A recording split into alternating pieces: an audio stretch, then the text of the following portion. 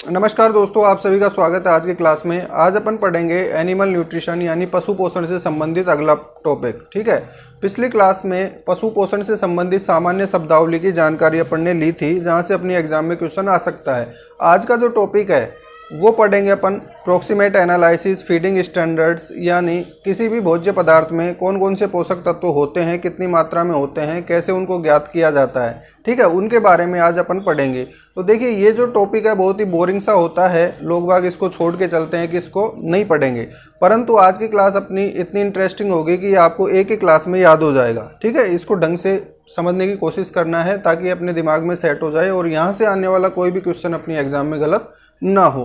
तो आज के टॉपिक की शुरुआत करते हैं अपन प्रोक्सीमेट एनालिसिस से। देखिए, प्रोक्सीमेट एनालिसिस होता क्या है। प्रोक्सीमेट एनालिसिस का मतलब क्या होता है? विश्लेषण। विश्लेषण किसका विश्लेषण कर रहे हैं अपन? पोषक तत्वों का। ठीक है, पोषक तत्व कहाँ पे है? भोजन के अंदर। तो भोजन के पोषक तत्वों का विश्लेषण क्या कहलाता है? प्रोक्सीमेट एनालिसिस कहलाता है। अब प्रोक्सीमेट एनालिसिस सबसे पहले किसने किया था, कहाँ किया था, उसके आधार पर इसको क्या नाम देते हैं अपन? विंडे एनालिसिस। देखिए, किसी भी भोजन में पोषक तत्वों का सबसे पहले पता किसने लगाया था? हेम्बर्ग एवं स्टोहमैन।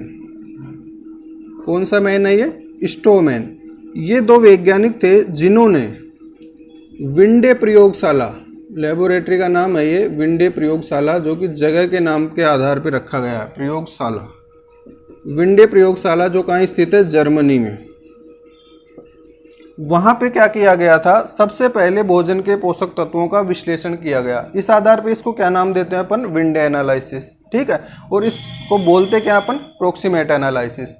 यानी भोजन में जो उपस्थित पोषक तत्व है उनका विश्लेषण करना क्या कहलाता है? प्रोक्सीमेट एनालिसिस कहलाता है। अब हेम्बर्ग एवं स्टोमैन ने विंडे प्रयोगशाला में क्या पता लगाया कि भोजन में जो पोषक तत्व होते हैं उनको इन्होंने 6 भागों में विभाजित किया कि 6 प्रकार के पोषक तत्व भोजन में होते हैं, और इनको क्या नाम दे दिया इन्होंने? Proximate principle. ठीक है, क्या कह रहा हूं मैं इसको? Proximate principles. अब ये जो प्रोक्सीमेट प्रिंसिपल है ये होते कौन कौन से हैं? देखिए, तो इसमें सबसे पहला पॉइंट होता है मॉइस्चर। मॉइस्चर यानी नमी।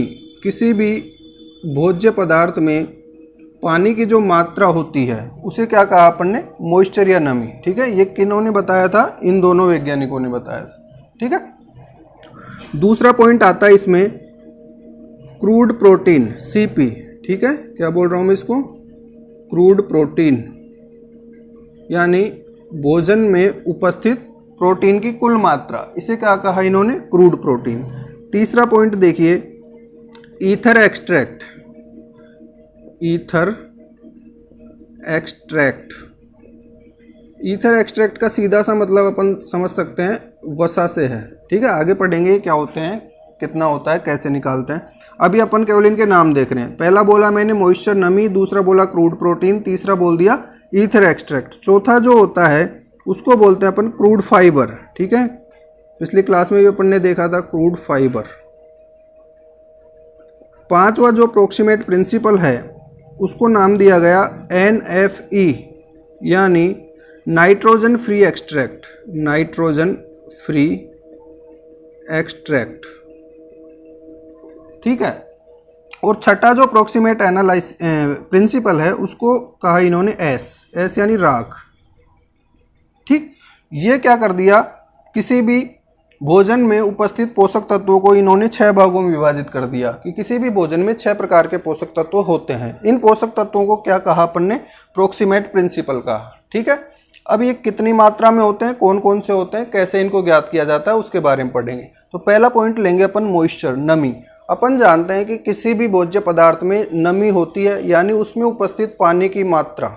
ठीक है, उसे क्या कह रहे हैं अपन? नमी कह सकते हैं।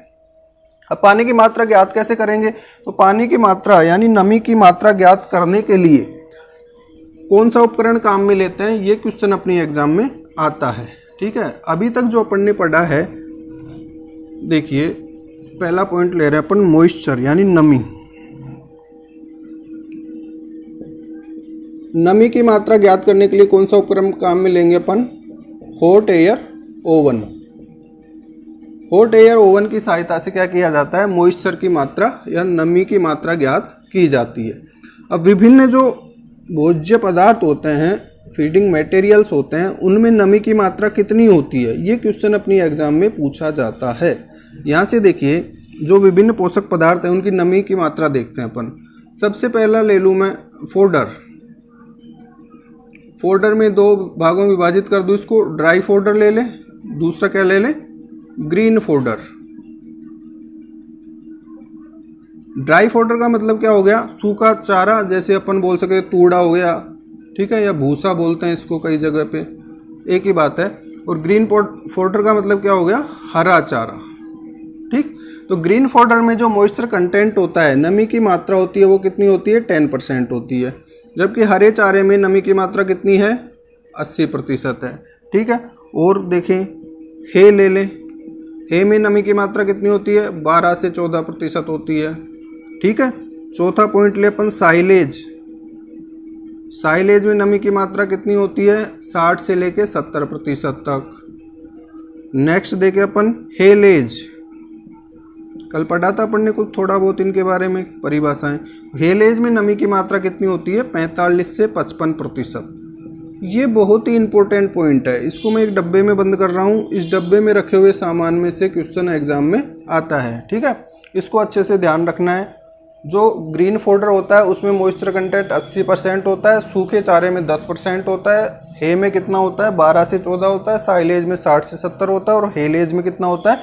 45 से 55% तक। ये बहुत ही इंपॉर्टेंट पॉइंट है, यहाँ से एग्जाम में क्वेश्चन आने की प्रबल संभावना रहती है, ठीक है। नेक्स्ट पॉइंट देखिए, अब दूसरा जो प्रोक्सीमेट प्रिंसिपल है वो ले रहे हैं अपन ईथर एक्सट्रैक्ट, ठीक है, जिसे मैं लिख रहा हूँ ई यानी ईथर एक्सट्रैक्ट। देखिए नंबर 2, ईथर एक्सट्रैक्ट, ठीक है। देखिए ईथर एक्सट्रैक्ट का मतलब क्या होता है? भोज्य पदार्थ में वे पोषक तत्व जो ईथर में घुलनशील हो, ठीक है। ईथर में घुलनशील जो पोषक तत्व हैं, ईथर में घुलनशील पोषक तत्व, उन्हें क्या कहते हैं? ईथर एक्सट्रैक्ट कहते हैं। कौन कौन से होते हैं इसके देखिए एग्जाम्पल लें अपन। तो फैटी एसिड्स हो सकते हैं, वसीय अम्ल, ठीक है। कौन से अम्ल? वसीय अम्ल। और क्या हो सकते हैं? वसा में घुलनशील विटामिन। घुलनशील विटामिन अपने आप में एक क्वेश्चन है ये। वसा में घुलनशील विटामिन कौन कौन से होते हैं? Vitamin A, vitamin D, vitamin E, vitamin के, ठीक है। चारों विटामिन क्या होते हैं? वसा में घुलनशील होते हैं। जबकि विटामिन बी कॉम्प्लेक्स और विटामिन सी जल में घुलनशील होते हैं।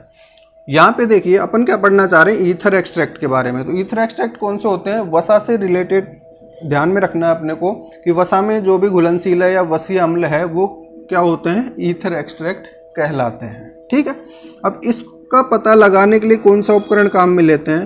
तो इसमें ध्यान रखना अपने को सोक्सलेट एपरेटस, सोक्सलेट उपकरण। सोक्सलेट उपकरण की सहायता से क्या करते हैं? ईथर एक्सट्रैक्ट को ज्ञात करते हैं अपन। ईथर एक्सट्रैक्ट की मात्रा का पता लगाते हैं, ठीक है। पहला पॉइंट हो गया।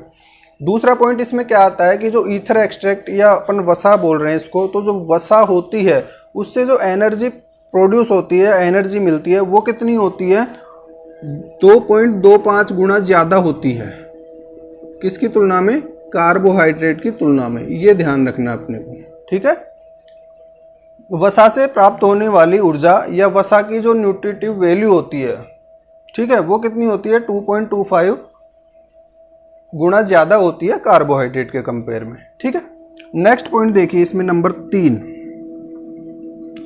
ये लेंगे अपन सीपी यानी crude protein. Crude protein, crude protein का क्या मतलब है? किसी भी किसी भी भोजन में उपस्थित प्रोटीन की कुल मात्रा क्या कहलाती है? क्रूड प्रोटीन कहलाती है, ठीक है। क्लियर है, कोई दिक्कत नहीं इसमें। क्रूड प्रोटीन किसे कहा अपन ने? किसी भी भोजन में उपस्थित प्रोटीन की कुल मात्रा क्रूड प्रोटीन कहलाती है, पहला पॉइंट। दूसरा पॉइंट देखिए, इसको ज्ञात कैसे करते हैं? तो इसको ज्ञात करने के लिए जेल डाल विधि काम में लेते हैं, ठीक है।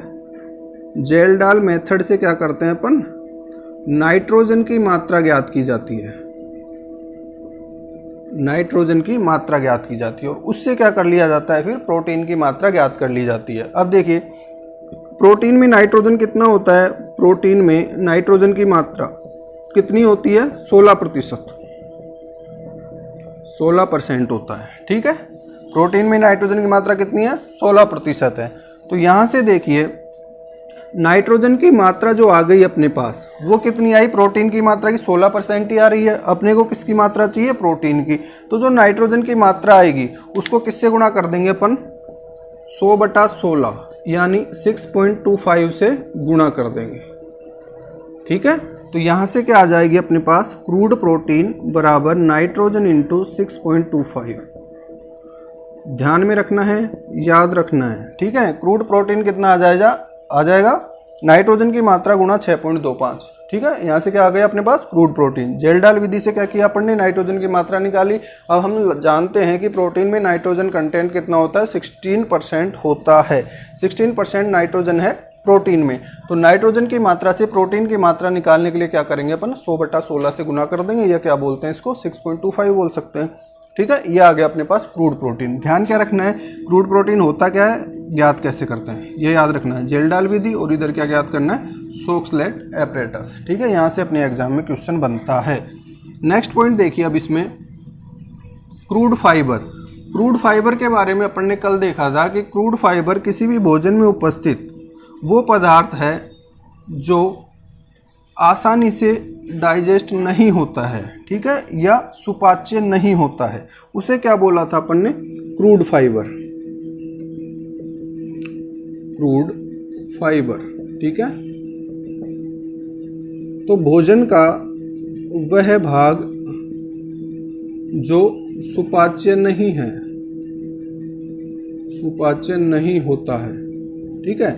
इसके एग्जाम्पल की बात करें अपन तो क्या क्या ले सकते हैं इसमें, हेमीसेल्यूलोज, ठीक है, सेल्यूलोज एंड लिग्निन, ये क्या है, सब क्रूड फाइबर के एग्जाम्पल्स हैं, ठीक है। इसमें यही ध्यान रखना है अपने को। नेक्स्ट पॉइंट देखिए, नाइट्रोजन फ्री एक्सट्रैक्ट, ठीक है, NFE से लिखेंगे इसको। इसका क्या मतलब होता है, नाइट्रोजन फ्री एक्सट्रैक्ट, ठीक है, यानी वे पोषक तत्व हैं जिनमें नाइट्रोजन नहीं है। इसकी बात करें तो इसमें क्या क्या लेंगे अपन, इसका देखिए भोजन का वह भाग जो सुपाच्य होता है वो क्या कहलाता है, नाइट्रोजन फ्री एक्सट्रैक्ट। इसका एग्जांपल ले अपन तो ओलिगोसैकेराइड्स हो सकते हैं, ठीक है, पेंटोज शुगर हो गया, ये सब क्या है, नाइट्रोजन फ्री एक्सट्रैक्ट हो गए, ठीक है। लास्ट जो प्रोक्सीमेट प्रिंसिपल है वो क्या कहलाता है, S, जिसको क्या बोलते हैं अपन हिंदी में, राख बोल सकते हैं। राख कब मिलेगी अपने को, देखिए कोई भी भोजन है उसमें से अपने को राख में कन्वर्ट करना है तो क्या करेंगे अपन, उसको जला देंगे, ठीक है। तो राख प्राप्त करने के लिए या S कंटेंट प्राप्त करने के लिए किसी भी भोजन से उसको क्या किया जाता है, तापीय भट्टी या मफल फर्नेंस बोलते हैं इसको, मफल भट्टी, मफल भट्टी जो होती है उसमें गर्म किया जाता है। इसका तापमान कितना होता है, 600 डिग्री सेंटीग्रेड, एंड टाइम कितना लेते हैं इसमें, 2 घंटे का, ठीक है। ये याद रखना है अपने को। राख की मात्रा के लिए काम में क्या लेते हैं, मफल भट्टी काम में लेंगे, इंपॉर्टेंट पॉइंट। दूसरा क्वेश्चन क्या है कि मफल भट्टी का टेम्परेचर कितना होता है और टाइम कितना होता है, तो 600 डिग्री सेंटीग्रेड है 2 घंटे के लिए, ठीक। किसी भी भोजन को मफल भट्टी में 600 डिग्री सेंटीग्रेड पे 2 घंटे के लिए रखेंगे तो किस में कन्वर्ट हो जाएगा, राख में कन्वर्ट हो जाएगा। अब राख में क्या होते हैं, मिनरल्स होते हैं, ठीक है। राख में क्या उपस्थित होंगे, minerals, calcium, phosphorus, magnesium, manganese, जो भी है सभी प्रकार के मिनरल्स कहाँ मिलेंगे अपने को, राख में मिलेंगे। तो ये क्या पढ़ा अपन ने, प्रोक्सीमेट एनालिसिस पढ़ा, ठीक है। प्रोक्सीमेट एनालिसिस में 6 पोषक तत्वों के बारे में जानकारी ली अपन ने, और इन पोषक तत्वों को अपन क्या कह रहे हैं, प्रोक्सीमेट प्रिंसिपल कह रहे हैं, ठीक है। दिमाग में क्लियर है ये बात, यहाँ से अपनी एग्जाम में क्वेश्चन आने की संभावना प्रबल है, ठीक है। अब देखिए, अब अपने को निकालना है टोटल डाइजेस्टेबल न्यूट्रिएंट्स। किसी भी भोजन में TDN कितना है ये कैसे निकालते हैं? TDN पढ़ते हैं ना अपन, TDN कई जगह पढ़ते हैं। TDN होता क्या है देखिए, total digestible nutrients, total digestible nutrients, इसको क्या कह रहे हैं अपन? TDN कह रहे हैं। अब TDN की मात्रा कैसे निकालेंगे? देखिए टोटल डाइजेस्टेबल न्यूट्रिएंट कैसे निकालेंगे? इसके लिए क्या करेंगे अपन? DCP, डाइजेस्टेबल क्रूड प्रोटीन, अपन किसकी बात कर रहे हैं? डाइजेस्टेबल टोटल न्यूट्रिएंट्स निकाल रहे हैं, ठीक है, जो पाचन योग्य है। तो क्रूड प्रोटीन का कौन सा पार्ट ले लेंगे अपन? डाइजेस्टेबल है जो, ठीक है। तो जो भी प्रोक्सीमेट प्रिंसिपल्स पढ़े हैं उनके आगे अपन क्या लगा देंगे? D लगा देंगे। D का मतलब क्या है? डाइजेस्टेबल। DNF यानी डाइजेस्टेबल नाइट्रोजन फ्री एक्सट्रैक्ट बोल देंगे। DCF बोल देंगे, डाइजेस्टेबल क्रूड फाइबर, ठीक है। और क्या ले लेंगे? Digestible ether extract. अब देखिए ईथर एक्सट्रैक्ट के लिए अपन ने बोला अभी कि ईथर एक्सट्रैक्ट यानी वसा से प्राप्त होने वाली जो एनर्जी होती है, न्यूट्रिटिव वैल्यू जो होती है, वो कार्बोहाइड्रेट की तुलना में कितनी होती है? 2.25 गुना अधिक होती है। इसलिए इसको क्या कर देंगे? 2.25 से गुणा कर देंगे अपन। तो ये क्या आ जाएगा अपने पास? टोटल डाइजेस्टेबल न्यूट्रिएंट्स आ जाएगा, ठीक है। एक फॉर्मूला और पढ़ते हैं अपन, नाइट्रोजन फ्री एक्सट्रैक्ट परसेंटेज में निकालना है अपने को। तो क्या कर देंगे? 100 में से ये जो भी है इनको घटा देंगे। 100 में से देखिए नाइट्रोजन फ्री एक्सट्रैक्ट कहाँ से आ जाएगा अपने पास? माइनस कर दें, किस किस को घटा दें? Crude protein plus crude fibre plus ether extract plus S, इन चारों को जोड़ के 100 में से घटा दे तो अपने पास क्या आ जाएगा? 5वां। क्या छोड़ा अपन ने? मिनरल्स, मॉइस्चर छोड़ा है, नमी, ठीक है। नमी के अलावा जो ड्राई मैटर है उसकी बात कर रहे हैं। तो यहाँ से देखिए इन पांचों को मिला के क्या बनेगा? किसी भी भोजन पदार्थ का ड्राई मैटर बनेगा, अभी पढ़ेंगे अपन। तो अपने को क्या चाहिए? NF ही चाहिए पांचों में से। तो क्या करेंगे? 100 में से 4 को घटा देंगे तो NF किसमें आ गया अपने पास? परसेंटेज में। तो ये दोनों जो भी फॉर्मूला आ जाए ये अपने को ध्यान में रखने हैं, ठीक है। क्लियर है यहाँ तक? अब देखिए किसी भी फीड सैंपल को अपन डिवाइड करना चाहें विभिन्न पोषक तत्वों में तो कैसे करते हैं? यहाँ से भी इंपॉर्टेंट क्वेश्चन बनते हैं। देखिए कोई भी फीड सैंपल है मेरे पास, उसको मैं डिवाइड करूँ। देखिए कोई भी फीड सैंपल है, ठीक है, कोई भी भोजन का सैंपल है मेरे पास, इसको मैं 2 भागों में विभाजित कर सकता हूँ मोटे तरीके से। एक तो क्या रहेगा? इसमें मॉइस्चर कंटेंट रहेगा, जिसे क्या बोल रहे हैं अपन? नमी रहेगी। दूसरा क्या बोल सकते हैं अपन? इसमें शुष्क पदार्थ रहेगा। शुष्क पदार्थ को क्या कह रहे हैं अपन? ड्राई मैटर, ठीक है। जो ड्राई मैटर पढ़ते हैं अलग अलग जगह अपन, ड्राई मैटर क्या है? वो उस पदार्थ, भोज्य पदार्थ का शुष्क पदार्थ है वो। यानी उस भोजन से अगर पानी या नमी को हटा दिया जाए तो क्या शेष बच जाएगा? शुष्क पदार्थ बच जाएगा, ठीक है। अब इस शुष्क पदार्थ को आगे डिवाइड करना चाहें अपन तो 2 भागों में विभाजित कर सकते हैं, ठीक है। एक तो देखिए अकार्बनिक भाग हो सकता है इसका, और एक भाग क्या हो सकता है? कार्बनिक भाग हो सकता है, ठीक है। Organic and inorganic part. या मैं बोलूं जैसे ये जो शुष्क पदार्थ बचा, ठीक है, किसी भी भोजन से नमी हटाने के बाद शेष पदार्थ जो शुष्क पदार्थ है उसको मैं क्या करूं? जला दूं। तो जलाने पे क्या हो गया? कुछ भाग तो उसका जल जाएगा और कुछ भाग शेष बच जाएगा। तो कार्बनिक भाग जो है वो क्या होगा? जलने पर नष्ट पदार्थ, ठीक है। इसको जलाने पे क्या हो जाएगा? ये नष्ट हो जाएगा। और ये जलाने पर या जलने पर शेष भाग है वो क्या होगा? अकार्बनिक भाग होगा, ठीक है। जलने पर शेष क्या होता है? क्या बोल रहे हैं अपन इसको? S बोल रहे हैं या राख बोल दूं, ठीक है। इसको आगे डिवाइड करें अपन S को तो 2 भागों में डिवाइड कर सकते हैं। एक होती है एसिड इनसोल्यूबल S, ठीक है, अम्ल में अघुलनशील, और एक होती है एसिड सोल्यूबल S, ठीक है। इसको क्या बोला मैंने? एसिड इनसोल्यूबल S, और इसको बोल रहा हूँ मैं एसिड सोल्यूबल S, ठीक है। ऐसे डिवाइड कर सकता हूँ मैं इस S को आगे, ठीक, जो कि क्या है? एक अकार्बनिक पदार्थ है जो जलने पर शेष बचता है। अब आते हैं अपन कार्बनिक भाग पर, जो कि क्या हो गया? जलने पर नष्ट हो गया। इसको आगे 2 भागों में डिवाइड कर दूं मैं। एक तो देखिए नाइट्रोजन युक्त पदार्थ और एक कह दूं मैं नाइट्रोजन रहित भाग, तो नाइट्रोजन युक्त भाग जो होगा वो कौन सा होगा, उसमें किसमें होता है नाइट्रोजन, प्रोटीन में। क्या बोल दूं मैं इसको, क्रूड प्रोटीन, ठीक है, क्रूड प्रोटीन बोलते हैं। इधर देखिए नाइट्रोजन रहित जो भाग होगा उसमें क्या क्या आ जाएगा, क्रूड फाइबर आ जाएगा, ईथर एक्सट्रैक्ट आ जाएगा, ठीक है, वसा, और क्या आ जाएगा, नाइट्रोजन फ्री एक्सट्रैक्ट, ठीक है, ये आ गया। तो ये क्या कर दिया अपन ने, किसी फीड सैंपल को अगर आगे डिवाइड करें तो इस प्रकार से उसको विभाजित कर सकते हैं। अपनी एग्जाम में क्वेश्चन क्या बनेगा यहाँ से, ठीक, कि जो ईथर एक्सट्रैक्ट है वो किस प्रकार का भाग होता है, कार्बनिक भाग होता है, ठीक है। एसिड इनसोल्यूबल एस क्या है, एसिड सोल्यूबल एस क्या होती है। मैं डिवाइड करूं, क्रूड प्रोटीन को आगे डिवाइड कर सकते हैं अपन, एक हो सकती है ट्रू प्रोटीन, इसका एक भाग ट्रू प्रोटीन, और एक क्या हो सकता है NPN, नॉन प्रोटीनियस नाइट्रोजन, ठीक है, वो नाइट्रोजन जो प्रोटीन से नहीं आ रही है, ठीक है। इस प्रकार इसको विभाजित किया जा सकता है एक feed sample. Clear. Next point देखिए अब,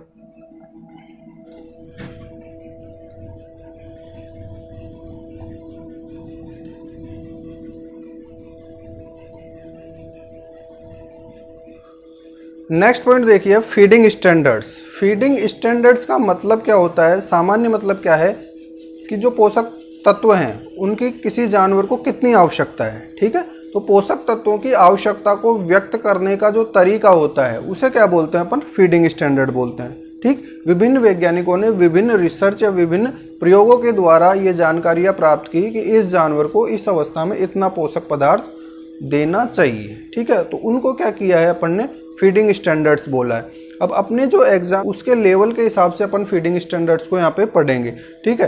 तो देखिए फीडिंग स्टैंडर्ड्स कौन कौन से हो सकते हैं। पहला मैं बोल दूं केल्नर फीडिंग स्टैंडर्ड,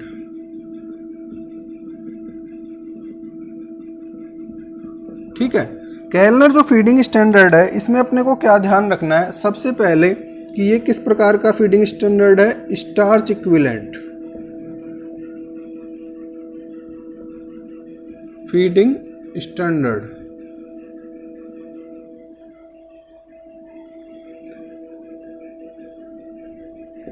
फीडिंग स्टैंडर्ड है, ठीक है।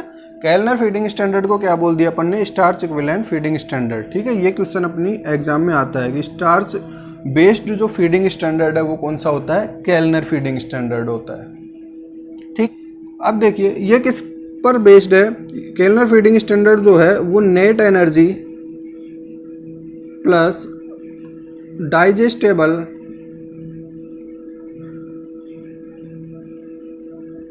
ट्रू प्रोटीन, ठीक है।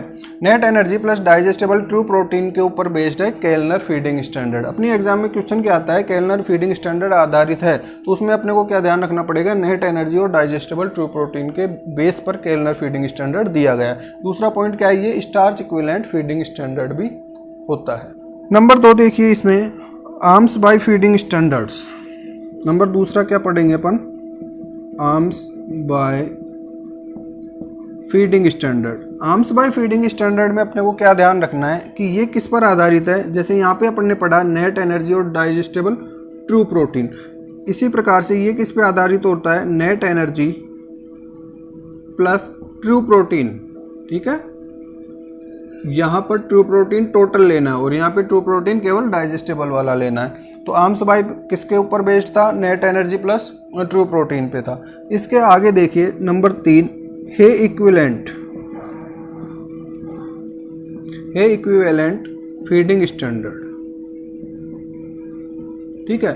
ये जो फीडिंग स्टैंडर्ड था वो हे को आधार, ठीक है, हे का जो न्यूट्रिटिव वैल्यू होती है, ठीक है, हे पढ़ा पढ़ने थोड़ा बहुत, हे जो होता है उसकी न्यूट्रिटिव वैल्यू को आधार बनाकर ये फीडिंग स्टैंडर्ड दिया गया था, ठीक है। इसके बाद में देखिए next Wolff feeding standard, Wolff Lehmann feeding standards और मोरिसन्स फीडिंग स्टैंडर्ड। नंबर 4 पढ़ेंगे अपन वुल्फ फीडिंग स्टैंडर्ड, ठीक है। 5वां पढ़ेंगे अपन वुल्फ लेहमान, दोनों के द्वारा दिया गया लेहमान फीडिंग स्टैंडर्ड, और एक है Morrison's feeding standard, Morrison Morrison feeding standard. कौन सा सन? Morrison feeding standard. देखिए ये तीनों जो फीडिंग स्टैंडर्ड होते हैं ये किसके आधार पे दिए गए? पाचक पोषक तत्व,